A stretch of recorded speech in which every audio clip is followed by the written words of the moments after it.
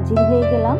আপনারা যারা আমার নিয়মিত দর্শক তারা জানেন যে আমি ঈদ মানে রোজার ঈদ খুলনায় করেছিলাম এবং তারপর একটা ভিডিও দিয়েছিলাম, সেটা আমার স্কুলের ভিডিও এবং ওই ভিডিওর শেষে বলেছিলাম এরপর আমি কলেজে যাব।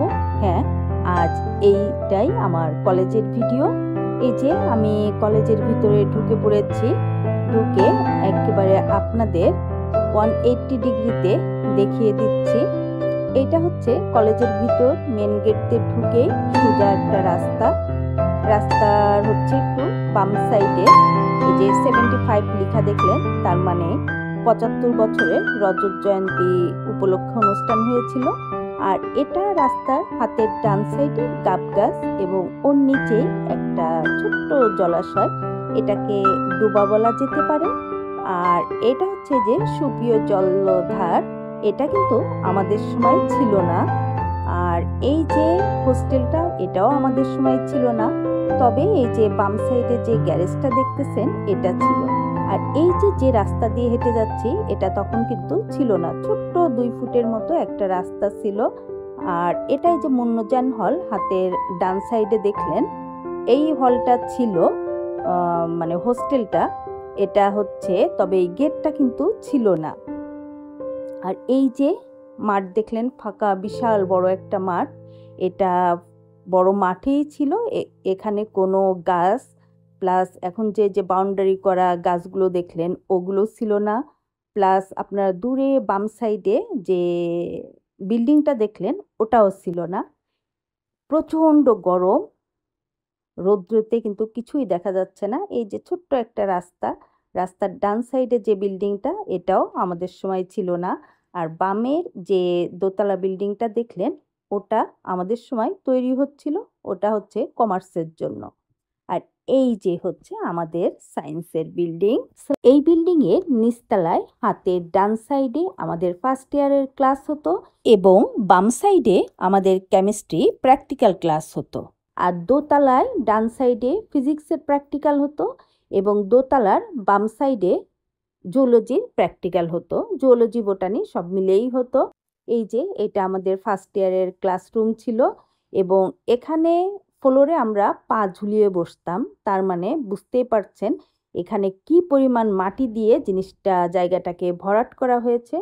আর ওই যে দরজাটা দেখলেন, হ্যাঁ এখানে আমাদের কেমিস্ট্রি ক্লাস হতো, আমরা কত লবণ করেছি। আর এই সাইডেও আমাদের অন্যান্য ক্লাসগুলো হতো। এখন আমি আমাদের সায়েন্স বিল্ডিংয়ের সামনে দাঁড়িয়ে আপনাদের চারপাশটা দেখাচ্ছি। ওই যে সবুজ আর লাল রঙের যে বিল্ডিংটা দেখলেন ওটা ছিল আর্টসের বিল্ডিং এবং প্রশাসনিক ভবন। এই যে এটাও মাটি দিয়ে উঁচু করে ফেলেছে। আর ওই যে অডিটোরিয়াম, ওটা কিন্তু আমাদের সময় ছিল না। আমাদের সময় এটা বিশাল বড় একটা ফাঁকা মাঠ ছিল যেখানে স্পোর্টস হতো এবং মাঠের শেষ প্রান্তে একটা বিশাল বড় পুকুর, তারপর হচ্ছে বাউন্ডারি মানে কলেজের বাউন্ডারি শেষ এবং ওটা আমাদের কলেজেরই পুকুর ছিল। আমাদের সময়ের বিজ্ঞান ভবনটা এখন কলা ভবনে পরিণত হয়েছে। খুলনার সরকারি মহিলা কলেজ খুলনার সুপরিচিত এবং প্রাচীনতম মহিলা কলেজ। এটি 1940 সালের 18ই জুলাই প্রতিষ্ঠিত হয়েছিল এবং তখন শুধু ইন্টারমিডিয়েট ছিল। পরে 1964 সালে ডিগ্রি এবং অনার্স কোর্স যুক্ত হয়, তবে অনার্সের সংখ্যা ছিল 2-1টা, হাতে গোনা যাকে বলে, এবং এটা খুলনার বয়রাতে অবস্থিত। এখানে জমির পরিমাণ 16.10 একর এবং এই কলেজের প্রতিষ্ঠাতা হচ্ছেন রায়বাহাদুর মহেন্দ্র কুমার ঘোষ। ওই দিন 29 রোজা ছিল, প্রচণ্ড গরম, আর তাসলিমা বোরকা পরে আসাতে ওর আরও গরম বেশি লাগতেছিল। আমাদের সময় ইন্টারে ভর্তি হতে গেলে সায়েন্সের এসএসসিতে কমপক্ষে 500 মার্কস পেতে হতো। যারা 500 মার্কস পেয়েছিল তারাই শুধু ভর্তি পরীক্ষায় অংশগ্রহণ করতে পারত এবং যারা ওই ভর্তি পরীক্ষাতে পাশ করত শুধু তাদেরই কিন্তু নেওয়া হতো। মেন রাস্তায় দাঁড়িয়ে আমি আমার কলেজের প্রধান ফটকটা দেখিয়ে দিলাম। আমি 1992 সালে এই মহিলা কলেজ থেকেই ইন্টার পাস করেছিলাম, তারপর বিএল কলেজে ভর্তি হই এখন বিএল কলেজে যাচ্ছি। আমাদের সময় মহিলা কলেজটা খুবই ভালো ছিল, একেবারে সিমসাম পরিবেশ ছিল, কিন্তু এখন বিল্ডিংগুলা উঠে একেবারে গ্যাদারিং হয়ে গিয়েছে, একটুও ভালো লাগেনি। আমাদের সময় সাহারা আপু ভিপি ছিলেন, উনি বিএনপির ছিলেন, এবং ডেজি কেকা আপু লীগের ছিলেন। একসময় এখানে খুলনার নামকরা বৈকালী সিনেমা হল ছিল, এখন ওটাকে ভেঙে হাইরাইজ বিল্ডিং করা হচ্ছে। এখন আমরা বিএনএস আবাসিক এলাকার রাস্তার পাশ দিয়ে যাচ্ছি। এই তো চলে এসেছি আমাদের বিএল কলেজে। বর্তমানে এই ফটকটাই মেন ফটক হিসাবে ব্যবহৃত হচ্ছে। আমাদের সময় অবশ্য এটা ছোট্ট একটা গেট ছিল এবং তার ভিতরে একটা পকেট গেট ছিল, ওইটাই খুলে রাখা হতো এবং ওটা দিয়েই আমরা এই সাইডের যারা সায়েন্সে পড়তাম তারাই যাতায়াত করতাম। এই যে আমি এখন ভিতরে ঢুকতেছি, রাস্তাটা পুরা পাকা হয়ে গিয়েছে এবং দুই সাইডের যে বিল্ডিংগুলো দেখছেন এগুলোও নতুন হয়েছে। মানে আমাদের মতো পুরানো স্টুডেন্টদের ঢুকে বোঝার উপায় নেই যে এইটা আমাদের সেই আগের বিএল কলেজ। এই বিল্ডিং এর পিছনেই আমাদের সায়েন্সের বিল্ডিং। এই যে দেখছেন, এই যে এই জায়গাটা পুরা ফাঁকা ছিল এবং নিচু ছিল, এটা মাঠের ভিতরেই ছিল। আর এখন সেই সব জায়গায় হয়তো বিল্ডিং নইলে কোনো স্মৃতিস্তম্ভ তৈরি করা হয়েছে। আমাদের যখন ক্লাস থাকতো না তখন এই যে মাঠ দেখতেছেন, এই মাঠের একপাশে পেপার বিছিয়ে বসে ফ্রেন্ডরা বাদাম খেতাম। ওইটার যে মজা বা আনন্দ ওটার কখনোই ফিরে আসবে না। বিশাল বড় মাঠটা কিন্তু, আর মাঠের অপোজিট সাইডে মানে আমার হাতের বাম সাইডেও আমরা পুকুর ছিল একটা, ওখানে বসেও বাদাম খেতাম। এই বিল্ডিংটাও নতুন হয়েছে, এটা ফাঁকা জায়গা ছিল, একটা ছোট্ট দুটো রুমের ঘর ছিল দুটো, ওখানে টিচাররা থাকতেন আর আমরা মাঝে মধ্যে এসে ওখানে বসে গল্প করতাম, কারণ দেখা যেত যে টিচাররা ওখানে বেশি থাকতেন না, জাস্ট প্রাইভেট পড়ায় চলে যেতেন। এই যে কাটা মেহেদি, এটা আমাদের প্রশাসনিক ভবন। এই ভবনের উপরে এক সাইডে ম্যাথ ক্লাস হতো আর আরেক সাইডে আমাদের কেমিস্ট্রি ক্লাস হতো। আর এটারই পাশে এই যে মাঠ, আর এই যে ঐতিহাসিক বকুল ফুল গাছ এখনো আছে। আর এই স্মৃতিসৌধ এবং শহীদ মিনার আমাদের সময় ছিল না। 30 বছর পর বকুল ফুল গাছটা দেখলাম, গাছটা কেমন জানি বুড়ো হয়ে গিয়েছে। এই রাস্তাটাই আমাদের সময় কলেজের ভিতরের মেন রাস্তা ছিল, আর রাস্তার ওই মাথায় মেন গেট ছিল। এটা আমাদের কলেজের পুকুর। পুকুরের ডান সাইডের কোণার দিকে একটা মসজিদ দেখতেছেন। এই পুকুর এবং মসজিদ নিয়ে একটা বেদনাদায়ক ঘটনা আছে। আমরা তখন সবেমাত্র বিএসসিতে ভর্তি হয়েছি, ক্লাস যথারীতি চলছিল।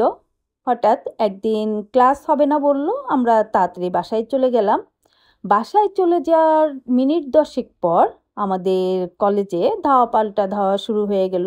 তখন জাকির ভাই ভিপি ছিলেন এবং হালিম পাঠান জিএস কিংবা এজিএস ছিলেন। ওনারা দুইজনেই বেশ স্বাস্থ্যবান ছিলেন এবং লম্বা চওড়া ছিলেন। হঠাৎ করে হালিম পাঠান ভাইকে ওনার প্রতিপক্ষরা ধাওয়া শুরু করেন।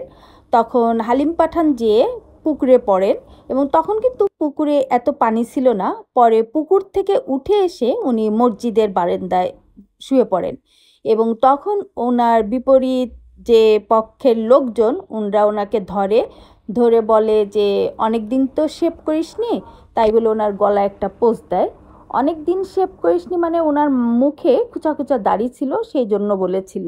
এভাবে অনেক প্রাণী ঝরে পড়েছে। এই তো কলেজ থেকে বের হয়ে যাচ্ছি। বিএল কলেজ বাংলাদেশের খুলনা বিভাগের অন্যতম প্রধান কলেজ, যা খুলনা শহরের দৌলতপুরের ভৈরব নদীর তীরে অবস্থিত। বাবু ব্রজলাল চক্রবর্তী 1902 সালে 27 জুলাই কলেজটি প্রতিষ্ঠিত করেন, যা পরে বিএল কলেজ নামে পরিচিতি লাভ করে। শুরুতেই কলেজটি 2 একর জমির উপর ছিল, পরে হাজী মোহাম্মদ মহসিন ট্রাস্ট 40 একর জমি দান করেন। 1967 সালের 1 জুলাই সরকারি কলেজে রূপান্তরিত হয় এবং 1993 সালে বিশ্ববিদ্যালয় কলেজে পরিণত হয় এবং আমি 1994 সালে এই কলেজ থেকে গ্রাজুয়েশন করি এবং তারপরেই মাস্টার্সে ভর্তি হই জুওলজিতে এই কলেজেই। কিন্তু সেটা আর কন্টিনিউ করা হয়নি, কারণ আমি তখন যশোরে থাকা শুরু করেছি। আর যেহেতু সায়েন্সের সাবজেক্ট ছিল, তাই প্রাইভেট দেওয়ারও কোনো সুযোগ ছিল না। জানি না এই মুহূর্তে আপনারা কে কে আমার সাথে আছেন। আপনারা যারা দেখছেন এই মুহূর্তে, আপনাদের অনুরোধ করব, যদি শুরুতে লাইক না দিয়ে থাকেন তাহলে একটা লাইক দিয়ে আমাকে সামনের দিকে অগ্রসর হতে সাহায্য করুন। আর আপনি যদি আজ প্রথম আমার চ্যানেলে ভিজিট করে থাকুন, তাহলে আমার চ্যানেলটি সাবস্ক্রাইব করে আমার সাথে থাকুন, কারণ আপনাদের সহযোগিতা ছাড়া সামনের দিকে এগিয়ে যাওয়া কখনোই সম্ভব না। কয়েক যুগ পর এই রাস্তায় এসেছি। কিছু কিছু জায়গা অনেক ফাঁকা, আবার কিছু কিছু জায়গাতে আমূল পরিবর্তন এসেছে। দেখে বোঝাই যাচ্ছে না যে এটা আগে কেমন অবস্থায় ছিল।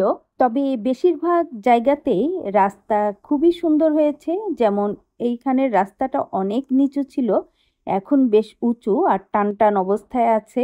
এই যে হাতের বাম সাইডের রাস্তাটা নিউজ প্রিন্ট মিল আমরা নাম শুনেছি, ওই সাইডেই চলে গিয়েছে। আর সোজাটা চলে গিয়েছে তো যশোর লোয়ার রোডে। এই যে সামনে পলিটেকনিক্যাল কলেজের বাউন্ডারি দেখা যাচ্ছে, আর ওই যে কলেজটা।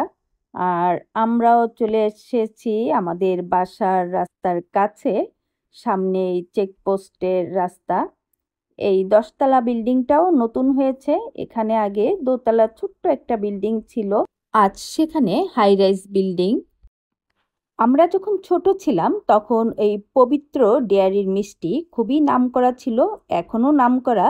ওদের সানার জিলাপিটা অসম্ভব ভালো। এই তো আমরা নেভাল চেকপোস্টের কাছে চলে এসেছি। আর এই যে বাম সাইডে আমাদের কাউন্সিলর মুন্না ভাইয়ের বাসা। এতক্ষণ আপনারা যারা ধৈর্য সহকারে আমার ভিডিও দেখলেন, আপনাদের অসংখ্য ধন্যবাদ। আপনাদের পরবর্তী ভিডিও দেখার আমন্ত্রণ জানিয়ে আজ এখানেই শেষ করছি। আপনারা ভালো থাকুন, সুস্থ থাকুন এই কামনায়। আল্লাহ হাফেজ।